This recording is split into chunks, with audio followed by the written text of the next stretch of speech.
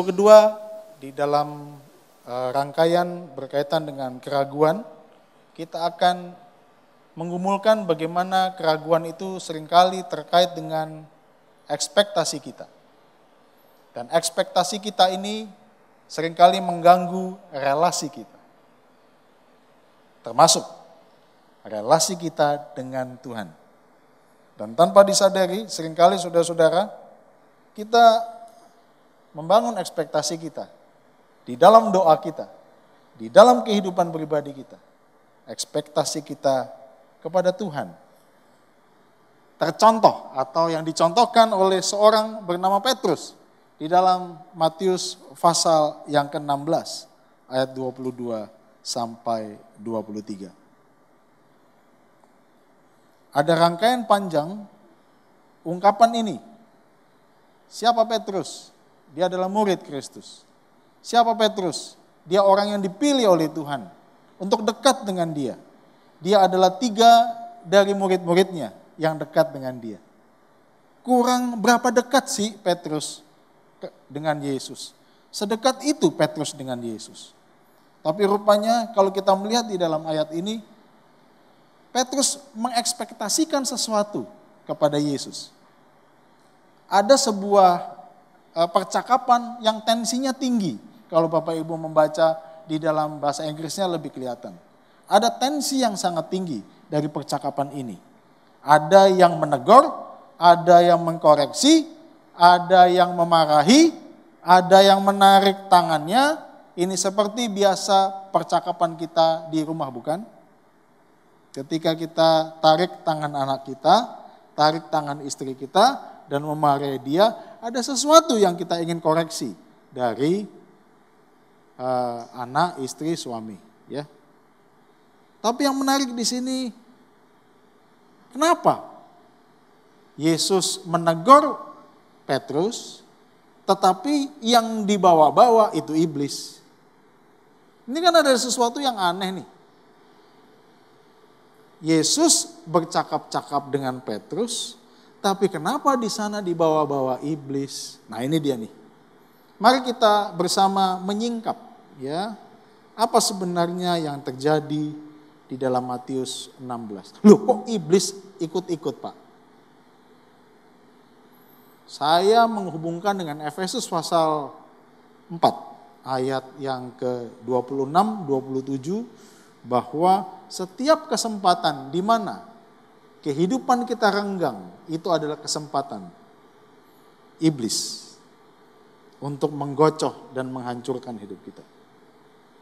Ini terjadi di sini. Matius 16 ayat 22 sampai 23. Tetapi Petrus menarik Yesus ke samping dan menegur dia. Katanya, Tuhan, kiranya Allah menjauhkan hal itu. Hal itu sekali-kali takkan menimpa engkau. Apa ini? Yesus bicara tentang penderitaan. Yesus bicara tentang dia datang ke dalam dunia ini. Mati di kayu salib, menderita untuk memberikan yang terbaik bagi keselamatan manusia. Petrus bilang, jangan sekali-sekali hal itu terjadi dan menimpa engkau. Ayat 23. Maka Yesus berpaling, perhatikan saudara-saudara, berpaling dan berkata kepada Petrus, "Enyala iblis, engkau suatu batu sandungan bagiku, sebab engkau bukan memikirkan apa yang dipikirkan Allah, melainkan apa yang dipikirkan manusia." Marahnya sama Petrus. Yang disuruh enyah siapa? Halo? Marahnya sama Petrus, tapi yang disuruh pergi siapa? Kenapa bukan Petrus yang disuruh pergi? Makanya sama Petrus. Yang disuruh pergi iblis, enyala iblis. Saudara-saudara, nanti kita akan singkapkan itu. Tapi poin pertama dari tema ini adalah doubt, relationship, dan expectation. Ada hubungan antara ekspektasi, keraguan, dan relasi. Saudara-saudara, semakin tinggi, ini saya ngekliknya,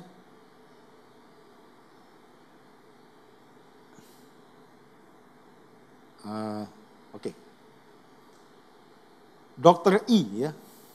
Dr. E. Jadi DAP, relationship dan expectation. Saudara, aneh ya. Saya tuh ketemu sama beberapa orang dalam konseling. Di tengah kondisi yang susah ini, ekspektasi orang kepada orang lain tuh makin tinggi.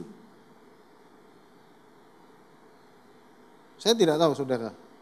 Ya. Saya tidak tahu apa yang terjadi dalam kehidupan saudara. Di tengah-tengah kondisi yang sulit ini, malah kecenderungan orang punya ekspektasi yang tinggi kepada orang lain. Karena apa saudara-saudara? Ini natural ya. Ketika dia ada di dalam kesulitan, dia mau dia lepas dari kesulitan itu. Itu sangat natural. Anda melakukan itu, saya juga melakukan itu. Ekspektasi kita kepada suami kita, ekspektasi kita kepada istri kita, ekspektasi kita kepada anak-anak kita. Dan juga mungkin ekspektasi kita kepada anjing kita. Ya, ada beberapa orang, waktu dia pulang ke rumahnya, kok anjing saya sekarang tidak lagi menyambut saya dan jilat-jilat kaki saya. Ya. Terus dia ngomong begini, Pak, kok segala sesuatu itu berubah? Rupanya ekspektasi seseorang bukan hanya kepada orang lain, tapi juga kepada apa? Anjingnya. Ada yang punya anjing di sini? Atau binatang piaraan? Ada yang berubah dari anjingmu? Responnya? Atau saudara merasa ada yang berubah dari istri saudara atau suami saudara hari-hari ini? Ada?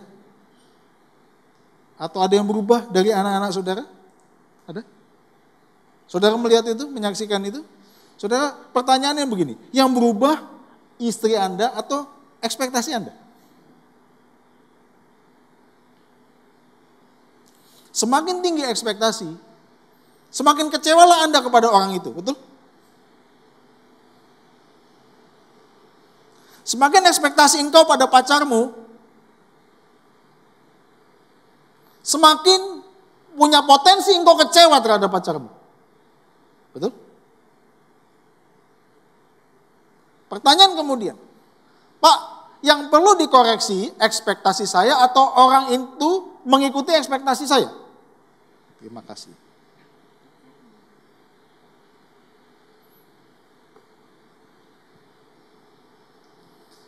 Pertanyaan yang sama kita ajukan kepada kehidupan kita dengan Tuhan. Tidak ada yang berubah dengan Tuhan. Pertanyaannya, yang harus diubah ekspektasimu kepada Tuhan atau Tuhan sendiri untuk mengikuti ekspektasimu? Saudara-saudara, problem terbesar dari kehidupan manusia adalah ketika kita meragukan Tuhan, engkau bukan meragukan Tuhan yang adalah Tuhan itu sendiri. Tapi engkau sedang meragukan Tuhan yang engkau buat sendiri. Betapa hebatnya manusia, sehingga dia bukan hanya mau menjadi Tuhan, tapi dia membuat Tuhan dalam pikirannya sendiri. Dan engkau sedang meragukan Tuhan yang engkau buat sendiri sebenarnya. Banyak orang bertanya, Pak, kenapa Tuhan gak begini, kenapa Tuhan gak begitu, kenapa Tuhan... Pertanyaannya, kenapa engkau memikirkan Tuhan seperti itu? Saudara-saudara, itu yang terjadi dalam Matius pasal 16 ini. Dan Petrus adalah refleksi dari kita, dari saudara dan saya. Di dalam ketidaksempurnaan kita mengenal Tuhan. Baik saudara-saudara, kita lanjutkan. Saya boleh bertanya, gambar siapakah ini? Halo? Ada yang tahu? Dari kumisnya, siapa? Siapa? Wakil gubernur kita yang sebelumnya, siapa? Ya, Saifullah, ya, Gus Ipul. Pertanyaannya, meski tidak jelas dan kabur, mengapa Anda tetap tahu wajah ini? Atau wajah inilah? Siapa ini? Halo? Dari mana Anda tahu ini Bu Risma? Dari mana? Pertanyaannya, meski tidak jelas dan kabur, mengapa engkau tahu bahwa ini wajahnya Bu Risma? Coba dibuat lebih susah. Ini siapa? Meski tidak jelas, mengapa engkau tahu ini Donald Trump? Mengapa Bapak Ibu?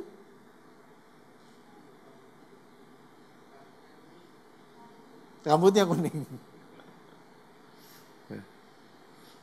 Saya buat lebih tidak jelas lagi. Ini siapa?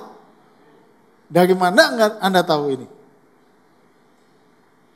Saudara-saudara, tidak jelas. Kabur. Tapi engkau tahu siapa yang ada di dalam foto itu. Oke, saya buat lebih susah, sangat susah. Bukan hanya kabur, tapi saya bikin potongan. Ini saudara-saudara. Siapa ini? Dari mana Anda tahu ini Ibu Kartini? Kondenya kan?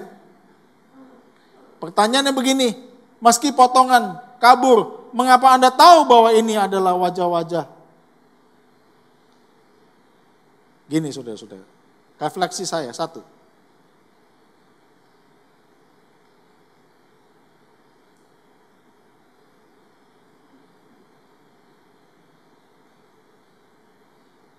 Perhatikan. Kejelasan sebelumnya merupakan dasar dari keyakinan kita tentang siapa yang ada di dalam foto kabur ini. Betul? Sebelum engkau melihat foto ini, jauh sebelumnya engkau sudah tahu dan melihat gambar dan foto itu di dalam sebuah gambar yang jelas. Betul? Saudara, hidup ini bisa tidak jelas. Tapi engkau sudah melihat Tuhan dengan jelas sebelumnya. Di dalam hidupmu. Ketidakjelasan hidup ini tidak membuat engkau ragu bahwa Dia meninggalkanmu. Kenapa? Karena engkau sudah pernah melihat Tuhan secara jelas. Itulah iman. Itulah iman. Imanmu dilandaskan kepada satu kejelasan tentang penyataan Tuhan. Dan engkau tidak akan mungkin ragu. Karena apa? Engkau jelas percaya pada Yesus. Dan imanmu membuat engkau jelas. Yang kedua, kekaburan bisa terjadi karena banyak faktor. Namun tidak mengubah siapa yang ada pada foto itu. Betul? Engkau bisa mengubah foto itu dengan lebih tidak jelas lagi. Betul? Tetapi foto itu tidak bisa berubah bahwa foto itu adalah orang itu. Betul? Itu berarti saudara-saudara, manusia mencoba mengotak-otik atau membuat pikiran-pikiran yang lain. Tapi penyataan Tuhan tidak pernah bisa diubah. Itulah pegangan kita. Yang ketiga, kekaburan tanpa kejelasan sebelumnya merupakan ruang besar yang bisa memunculkan asumsi, keraguan, dan ekspektasi yang salah. Apa maksudnya? Saudara-saudara sekalian, kalau ada orang yang tidak pernah melihat foto itu, kemudian ditampilkan foto yang kabur itu, pasti dia nebak-nebaknya salah. Kenapa? Dia belum tahu siapakah itu. Karena di tempat yang jelas, dia belum pernah mengalami satu kejelasan. Maka ada ruang besar di mana dia meragukan gambar itu. Itu juga terjadi dalam kehidupan iman kita. Maka saudara-saudara, di dalam penegasan Rasul Paulus, pengenalan akan Kristus, itu didasarkan kepada apa? Didasarkan pada penyataan Allah, saudara-saudara. Dan ini penting bagi Anda dan saya. Saudara-saudara, imanmu bukannya didasarkan kepada pengalaman-pengalaman engkau mendapatkan berkat. Itu baik-baik. Imanmu bukan didasarkan hanya kepada gambaran-gambaran mujizat. Kalau saudara-saudara itu menjadi utama untuk membangun iman, maka ada yang salah dari bangsa Israel. Mujizat apa yang kurang mereka lihat? Tapi kenapa mereka tetap ragu dan bersungut-sungut? Banyak orang membutuhkan mujizat. Banyak orang berdoa untuk mujizat nyata. Karena apa saudara-saudara? Mereka merasa dengan mujizat itu imannya tambah kuat. Betul? Pada kenyataannya nggak seperti itu.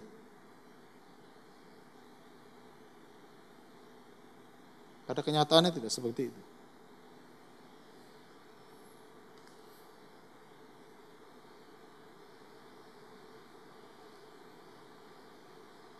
Ekspektasi ini adalah akar dari semua sakit hati, kekecewaan. Baik saudara-saudara. Siapa yang pernah kecewa dalam hidupnya? Ada? Siapa yang saat ini sedang kecewa dalam hidupnya? Coba kita mengevaluasi diri kita.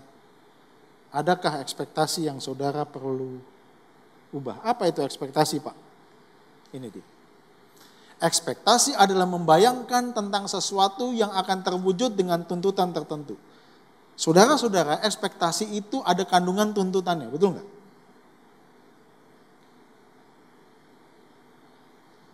Saudara tidak bisa kemudian mengatakan begini, saya nggak apa-apa Pak, saya membangun ekspektasi, tapi saya tidak menuntut.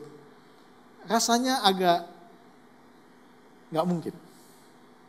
Ketika kita mengekspektasikan seseorang, maka ada kandungan tuntutan kepada orang itu.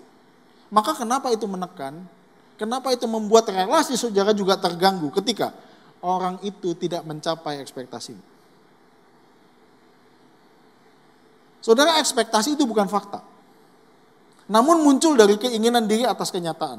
Jadi gini, yang paling bahaya sekarang adalah banyak orang ketika membangun ekspektasi, ekspektasi itu dianggap sebagai sebuah realita dalam pikirannya.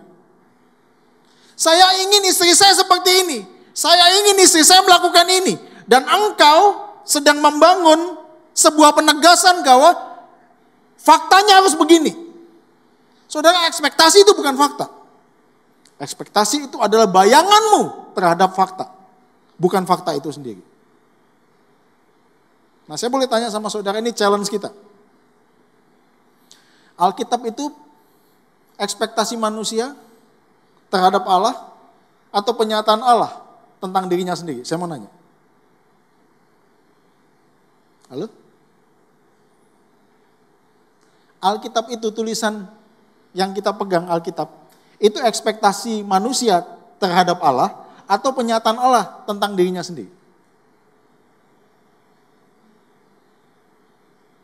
Jadi semua ekspektasi manusia tertuang di dalam tulisan yang namanya Alkitab. Apakah Alkitab itu adalah ekspektasi manusia tentang Allah atau penyataan Allah tentang dirinya sendiri?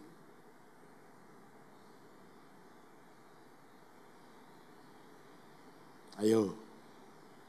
Nah, ini bacain lagi nih katekismus, Pak. Pertanyaan pertama tentang apa? Tentang wahyu. Pertanyaan saya, apa yang saudara yakini? Alkitab ini adalah tulisan tentang ekspektasi manusia tentang Allah, atau dia adalah penyataan Allah tentang dirinya sendiri? Pak, ini kan tulisan Nabi, Pak. Ini kan tulisan Rasul. Itu berarti ekspektasinya Nabi dan Rasul tentang Allah. Atau ini penyataan Allah tentang dirinya sendiri melalui Rasul dan melalui Nabi. Yang mana?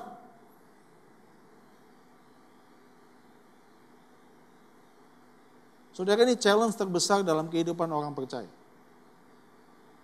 Dan itu yang dipahami oleh Petrus ketika dia membaca Taurat Tuhan. Kita buka Lukas pasal 24.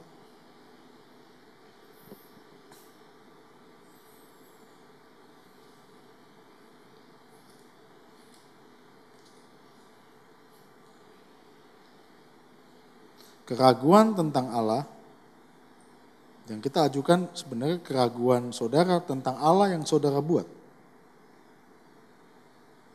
di dalam pikiran saudara. Lukas 24 ayat 44 sampai 46. Ini. Ya, tolong saudara perhatikan ini.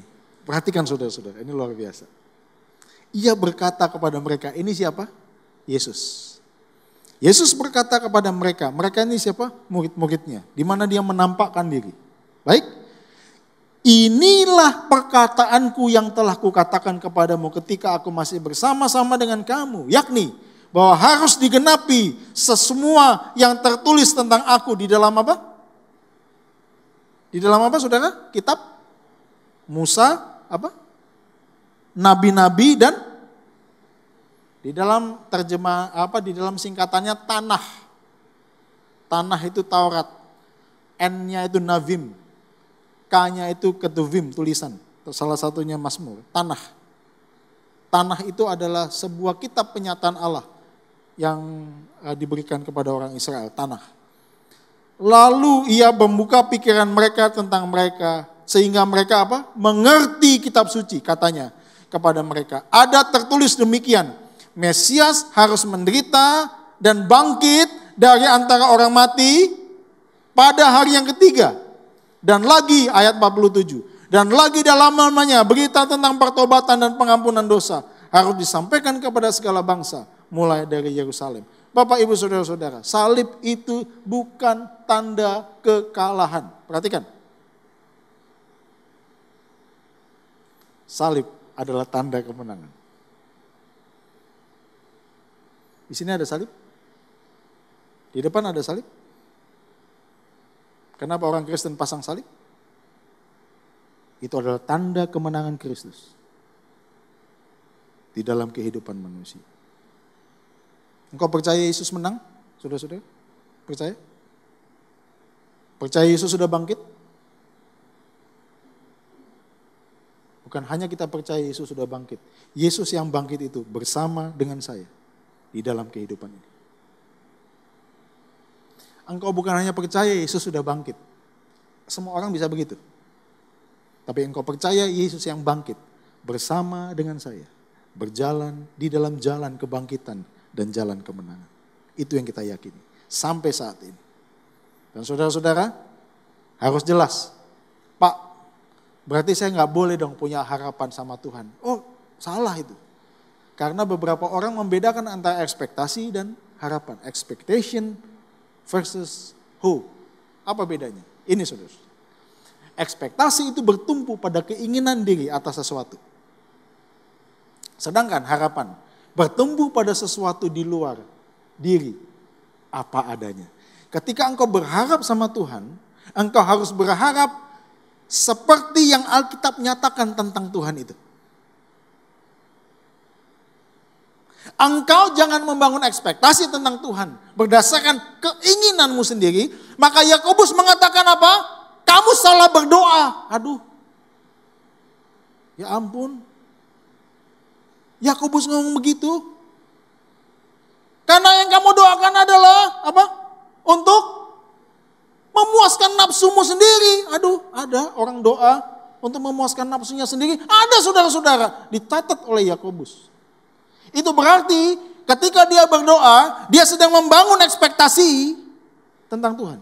Di dalam pikirannya, Tuhan itu seperti ini. Maka Yakobus mengatakan, engkau salah berdoa.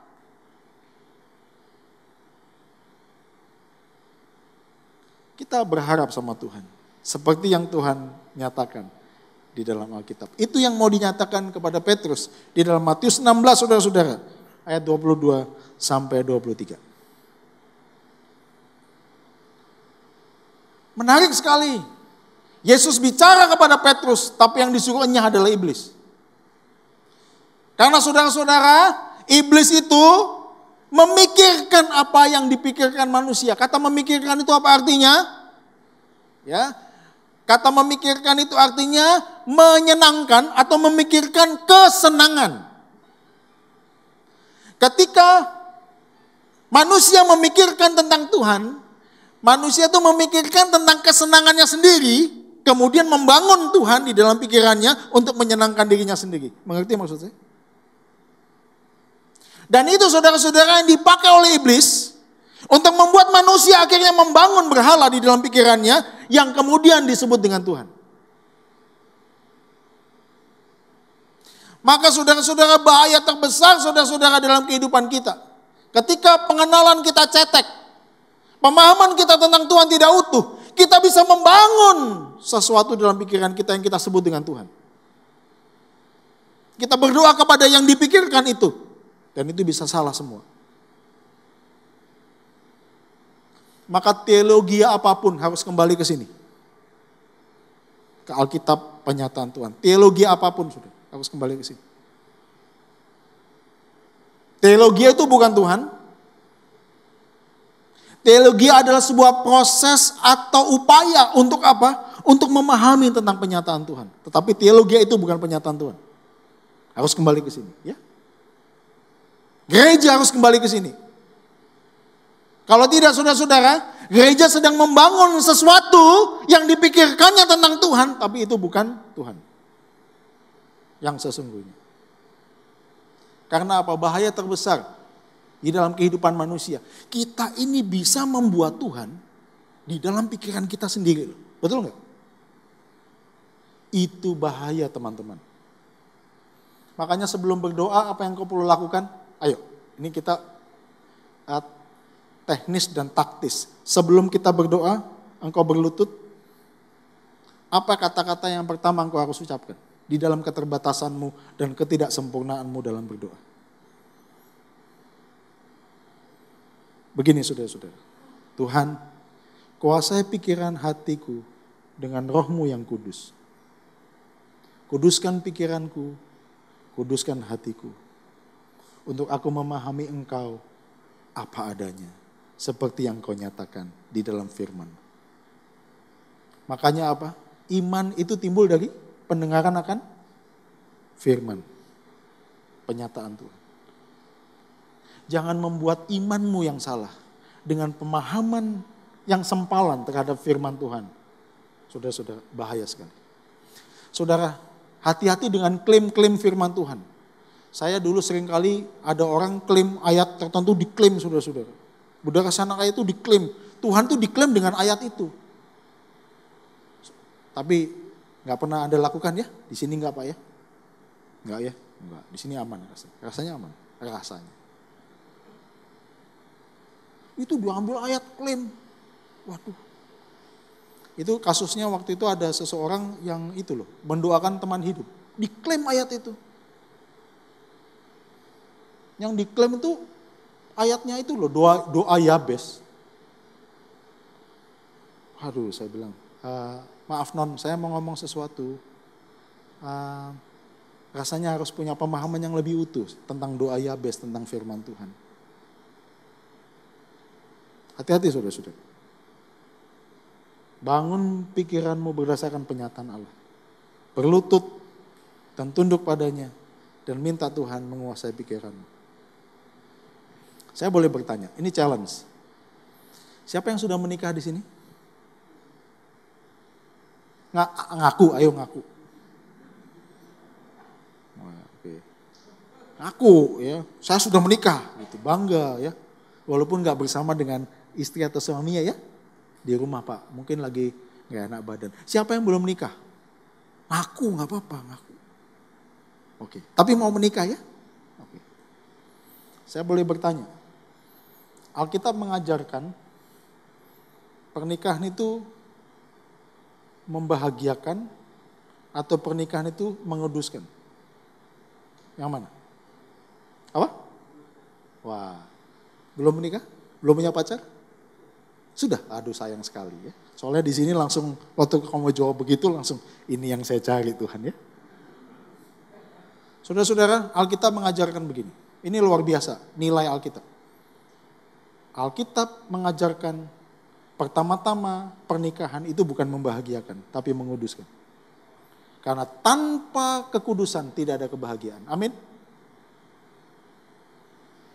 Perhatikan itu, sinyo. Tanamkan itu dalam dirimu. Tanpa kekudusan tidak ada kebahagiaan. Itu yang tidak dimengerti oleh orang dunia di sana. Memikirkan Tuhan itu pasti membahagiakan. Tunggu dulu. Tuhan itu menguduskan sebelum membahagiakan. Karena tanpa ada kekudusan, maka tidak ada kebahagiaan.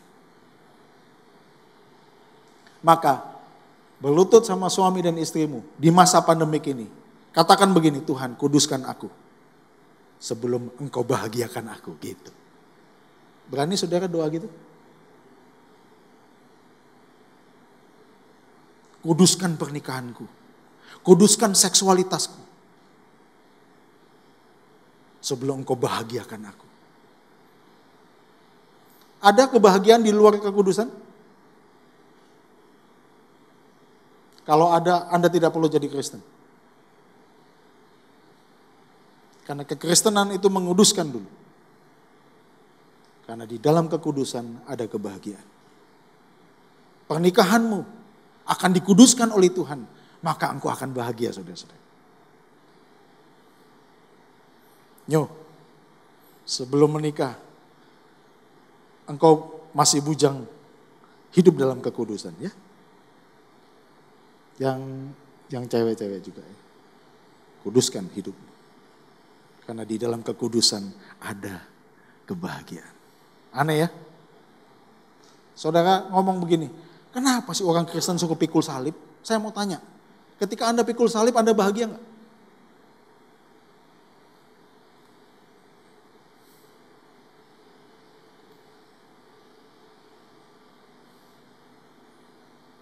Sampai sekarang saya percaya dan yakin saudara-saudara, dengan memikul salib saya bahagia. Karena firman Tuhan, kuk yang kupasang adalah apa? Ringan. Karena hatiku sudah milik Kristus. Kalau hatiku sudah milik Kristus, salib Kristus pasti akan kupikul. Kalau hatinya bukan untuk Kristus, maka salib itu jadi beban. Maka serahkan hatimu kepada Kristus. Maka segala beban, segala pergumulan dalam hidup ini, engkau bisa tanggung. Maka firman Tuhan apa? Segala perkara dapat apa? Di dalam Dia yang memberikan kekuatan kepadaku. Satu perkara? Dua perkara? Berapa perkara? Semua. Di dalam Kristus. Saudara-saudara, dua catatan praktis. Yang pertama, evaluasilah pikiran kita tentang Tuhan. Ya, manusia bisa memikirkan tentang Tuhan di luar penyataan Allah, tentang dirinya sendiri. Wah, ini bahaya saudara-saudara. Maka, di-trigger oleh iblis, manusia ngomong sama Tuhan.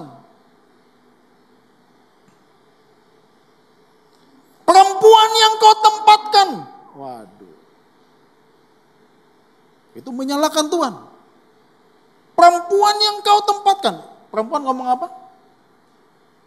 Iblis. Jadi ular. Ya. Si Adam ngomong perempuan, perempuan ngomong ular. Ularnya tolak-toleh saudara. Ini mau ngomong tentang siapa gitu kan? Manusia di dalam ketidakpuasannya dengan Allah, dia ingin menjadi Allah bagi dirinya sendiri. Berhala saudara-saudara, hati-hati ya. Kita harus sadar tentang perbedaan antara Tuhan dan Tuhan yang kita pikirkan. Nah ini dia. Kalau engkau belajar bagus, baca buku bagus, menggali lebih dalam bagus. Tapi engkau harus rendah hati berdoa, Tuhan kiranya imanku diakarkan kepada penyataan engkau tentang dirimu sendiri. Saudara kalau lihat internet masuk di dalam diskusi tentang Allah, waduh pusing saudara-saudara, kaget-kaget nanti. Kok ngomong begini Pak, kok ngomong begini. Kembali kepada sebuah doa di dalam kejujuran. Tuhan bantu aku memahami engkau sesuai dengan yang engkau nyatakan tentang dirimu sendiri ya. Maka saudara-saudara engkau pasti akan mengurangi keraguanmu di dalam hidupmu. Ketika engkau berjalan dalam badai, engkau meyakinkan gini, Tuhan terima kasih untuk badai yang kau izinkan. Karena melalui ini aku lebih dekat kepadamu. Doamu akan berbeda saudara-saudara. Doamu akan berbeda. Tuhan, aku bersyukur di tengah sakit penyakitku. Malah apa? Imanku makin kuat dan mengandalkan engkau di dalam kehidupanku. Doamu akan berbeda.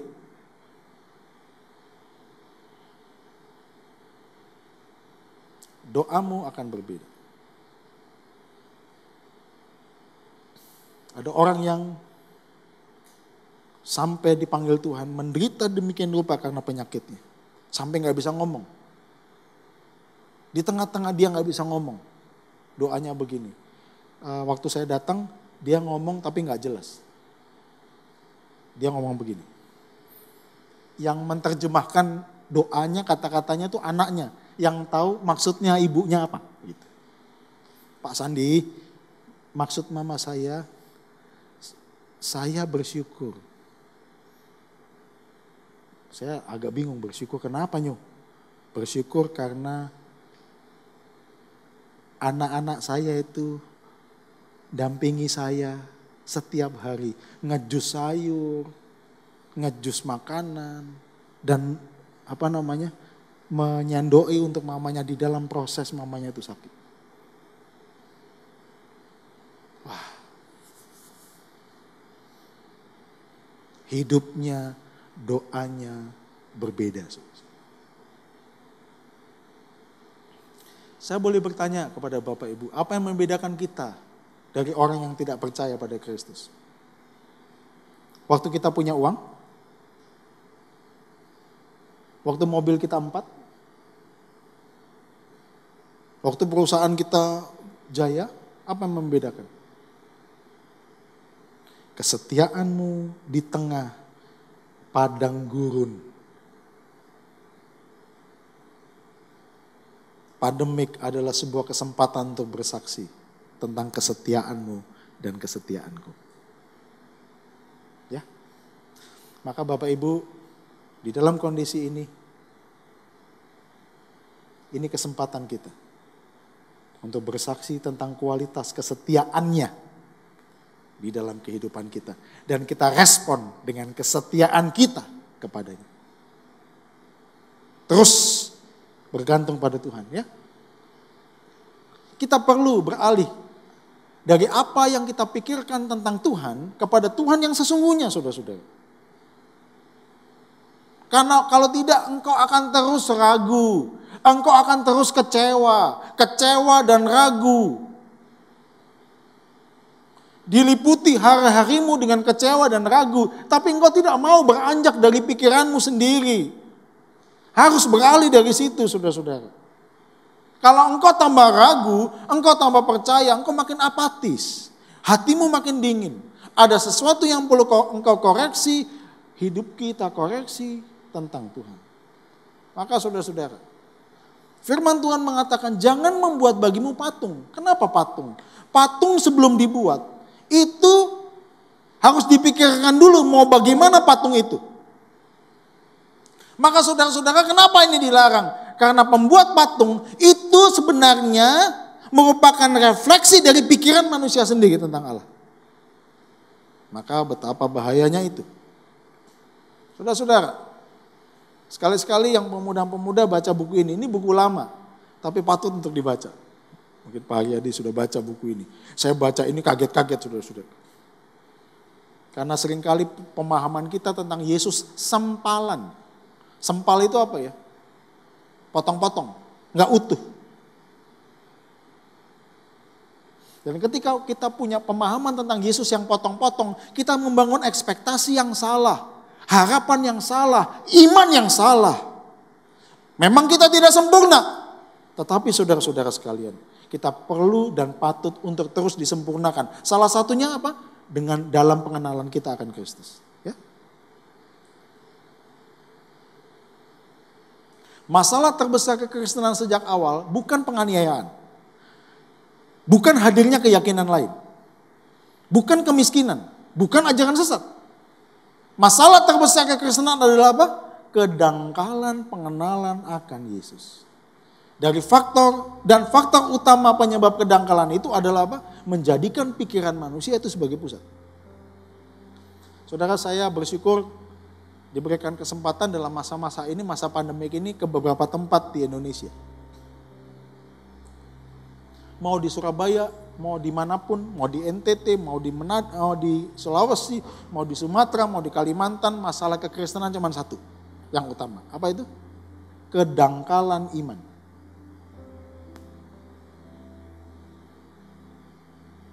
Dan ini bahaya besar.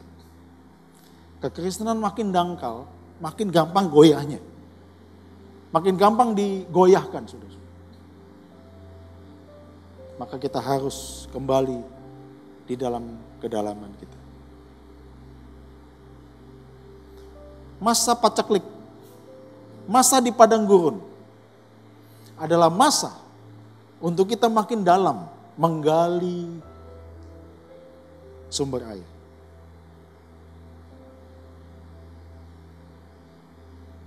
Dan kita menemukan kehidupan dan sumber kehidupan di dalam Yesus. Saudara, meskipun kita tidak mengerti, meskipun kita belum melihat rencananya, meskipun kita sepertinya jauh dari jangkauannya, tapi percayalah kepada hatinya. Tuhan mengasihimu. Dan pasti Dia tidak akan meninggalkan. Ya. Jangan ragukan ini. Percaya pada hatinya. Yang penuh kasih kepadamu. Yang selalu setia di dalam hidupmu. Mungkin saat ini engkau tidak mengerti rencananya. Terbatas untuk mengerti maunya. Tidak sanggup berjalan dalam jalannya. Tapi percaya. Percaya pada hatinya yang mengasihimu.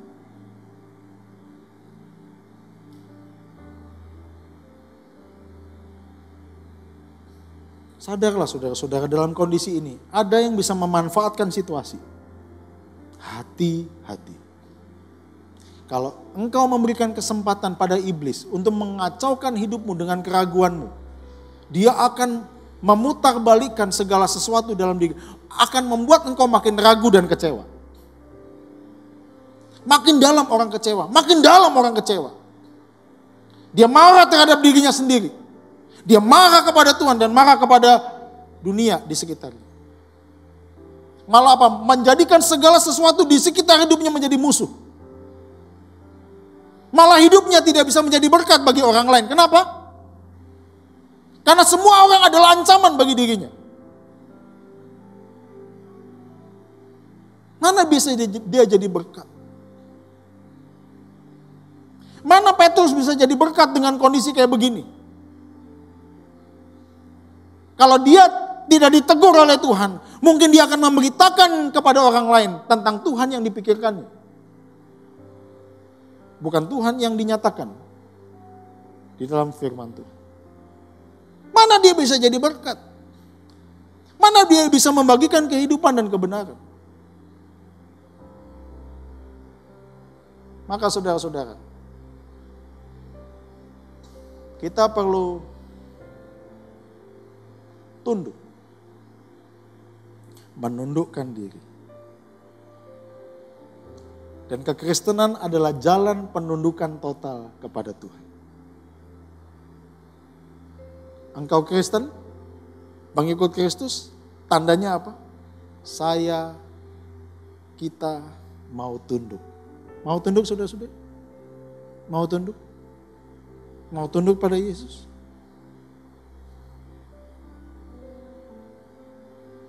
Kita baca sama-sama ayat ini.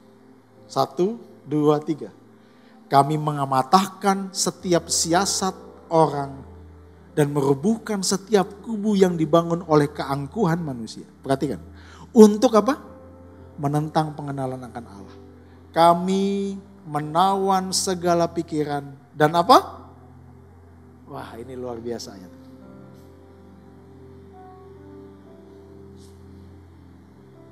Tunduk. Tunduk. Tunduk pada Tuhan. Ketundukanmu akan membawa engkau kepada apa? Kepada kehidupan yang penuh dengan keyakinan. Kenapa Tuhan? Aku selalu digoyang oleh keraguanku. Karena engkau tidak tunduk.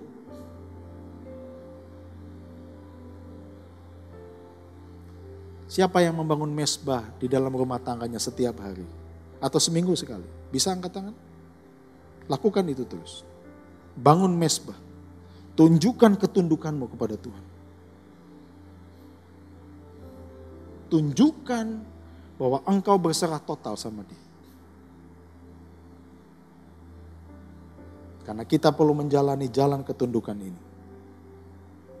Karena tanpa ketundukan tidak ada sukacita. Mengapa bangsa Israel selalu bersungut-sungut? Karena mereka tidak mau tunduk kepada Tuhan. Saudara, tunduk pada Tuhan. Maka seluruh bagian hidupmu akan dipegang dan dipimpin oleh Tuhan di dalam jalan ketundukan ini. Mari kita berdoa.